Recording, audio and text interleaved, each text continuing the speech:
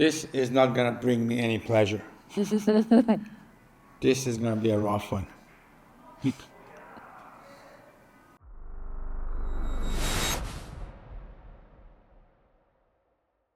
Hey, this is Amir. This is Diana. And you're watching VEGANTWOSOME. Welcome back to our channel. If this is your first time here and you're interested in vegan food and all other vegan things, you're in the right place. Sit back, relax, grab yourself an onion and enjoy this episode. Where are we at today? Today, it's our first time at Cofu in Chinatown. We've been to Cofu at their Granville Island location, but this is the first time we're at their Chinatown location since they opened. And we're here for Dine Out Vancouver, where a lot of different restaurants in Vancouver are participating and they have set menus for a lower price. Neighborhood. What kind of neighborhood is it in? Cofu is located in Chinatown, and Chinatown is a very old part of Vancouver, and it's kind of a big area, I suppose, in comparison to a lot of other Chinatowns around the world. And I suppose our Chinatown can be a little bit rough, especially at nighttime. And It's definitely not for the faint at heart. Let me tell no, you. I don't want to scare people off because I think it gets like a really bad reputation. And it's like there are businesses, restaurants, and people who live in the area. Like it's fine. It's just Look, it's a rough area. I don't think that's true, really. Interior. It's kind of big. There's lots of places to sit. They got a little bar area where they do some sushis there for you right in front of you. If you do the sushi deal, which was a different thing than what we did today. Very open space, like huge windows where you can see outside. And I think it's a very nice space. It's very modern inside. What was the deal? It was a 6-course tasting menu for $65, plus you could add a sake flight for an extra $25. But neither of us are really big drinkers, so we just did the tasting menu. For the 6-course tasting menu, it started off with a choice of soup, then came 2 appetizers, 2 entrees, and a dessert. Let's get it. What were the soups?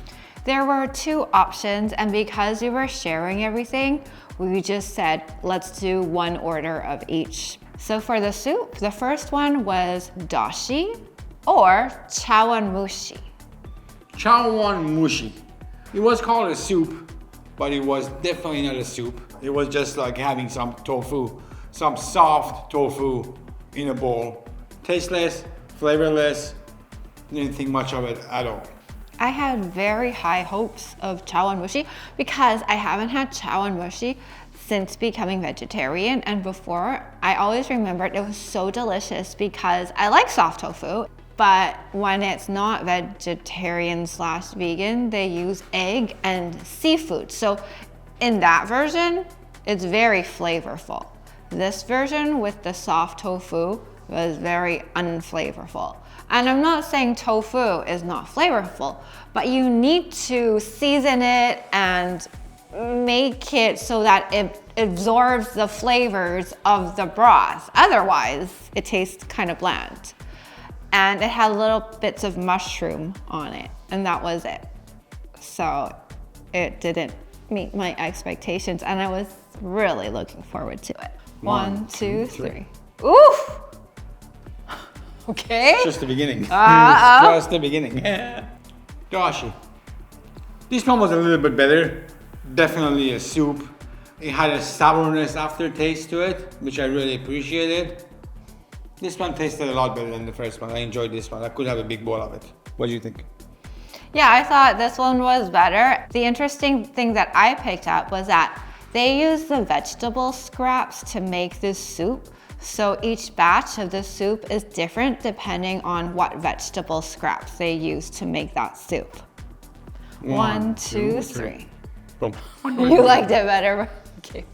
Well, I gave the other one 1, so 3, that is better, isn't it? Shiitake mushrooms. This one was a really good one. Nicely flavored, nicely cooked, It had a nice citrusy taste to it. Good portion. I enjoyed this one. What do you think? It was steamed shiitake mushrooms, sliced so that there was this ripple effect. I thought that was an interesting way of cutting it so that it would kind of capture the olive oil and yuzu that was drizzled on top of it. I thought the flavors were kind of weak. I wish there was more of that citrusy yuzu taste on there. I think that would have made it even better. One, two, three. Give this one a 4. What was next? The Daikon. The next appetizer was the Daikon dish with a beet and yam patty on top, a little bit of mayo, a little bit of shaved kelp on top. On the bottom, there was one big piece of seaweed as well. Now, I tried this dish first as Amir was filming me. As soon as I picked up all the ingredients on my fork and put it in my mouth, I was like, okay, Amir is gonna have some strong feelings about this because it tastes like the ocean. The seaweed taste is so predominant in it. It really tastes like the ocean. I actually like it. I like seaweed. I like that. I don't know what you would call it. Disgustingness? It's not, it's like just this saltiness, this, I guess, umami taste. I liked it enough that I ate both of ours pretty much and I was happy with it. Amir, what did you think? This was easily, and I feel awful for saying this. I feel bad. This brings me no pleasure, honestly. I don't want to say bad things about vegan restaurants. I don't. I want them to succeed. I want them to thrive. I want them to be successful because I love vegan food. But this dish was one of the most disgusting things I have ever had in my life. But that could be just me too because I hate seafood. Even when I wasn't a vegan, I hated seafood. And this thing was just like honestly, I don't even know what to say. It was just like not for me at all. Shall we?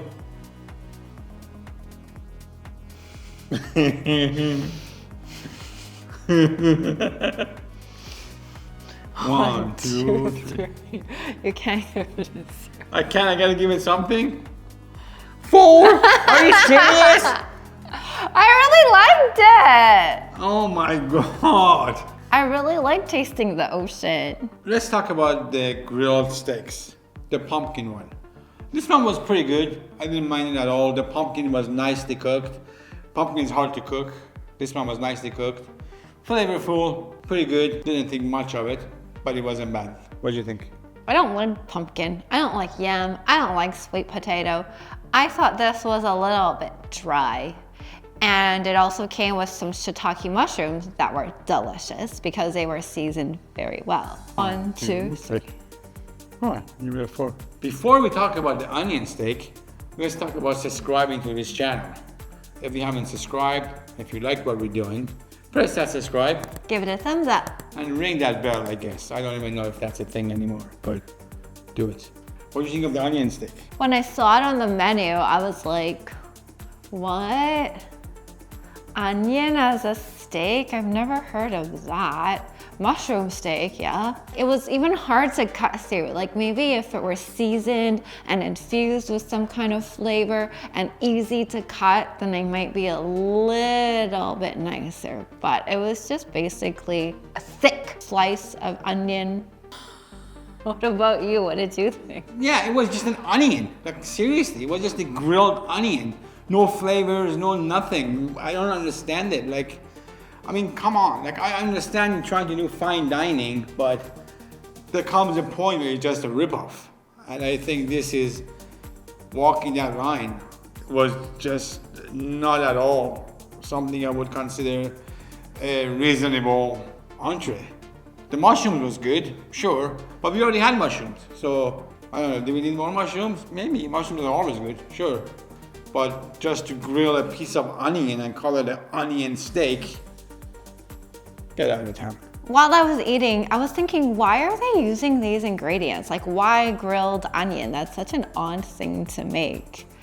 And I was thinking, I think it's because they're trying to use unprocessed ingredients. No gluten things, no like processed meats, so they can't use any of those things as steak or eel or anything. So they're trying to use like all these as they are ingredients. Is that why? I think so. Oh, that's an awful call. No, don't do that. Wait. 1, 2, 3. You're not. I mean... No, come on. No.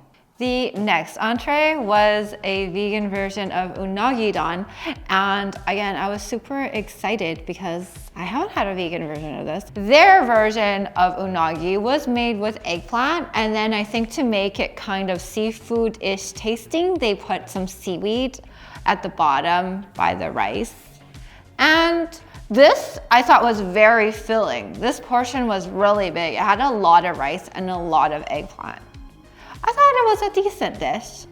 What did you think? This was definitely the biggest dish. I think this was the star of the meal. Yeah, it was nicely cooked. The eggplants were nicely cooked, flavorful. Had a nice sauce on it. The rice was nicely cooked as well, good rice. Didn't care for the seaweed. And overall, this one wasn't too bad. And it wasn't too seafoody, even though they tried. Shall we? 1, 2, 3. Matcha. Don't like it. Don't care for it.